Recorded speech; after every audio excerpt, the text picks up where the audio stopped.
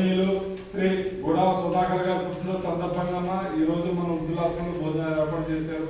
మరి ముందుగా మనం సుధాకర్ గారి పుట్టినరోజు శుభాకాంక్షలు తెలియజేయండి.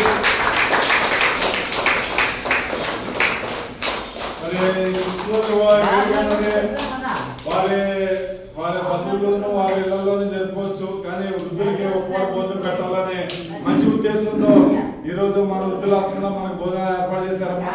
మరి గుడాల సుధాకర్ గారి పుట్టినరోజు సందర్భంగా మరి ఇటువంటి మరెన్నో పుట్టినరోజులు ఆయన ఇంకా జరుపుకోవాలని, 2 నూరేళ్ళు చల్లగా ఉండాలని వారు వారి కుటుంబాన్ని మనంతా దీవిద్దామమ్మా. మరి ఈ రోజు మనకు అన్నదాత అయిన సుధాకర్ కాబట్టి మరి అన్నదాత సుఖీ భవ,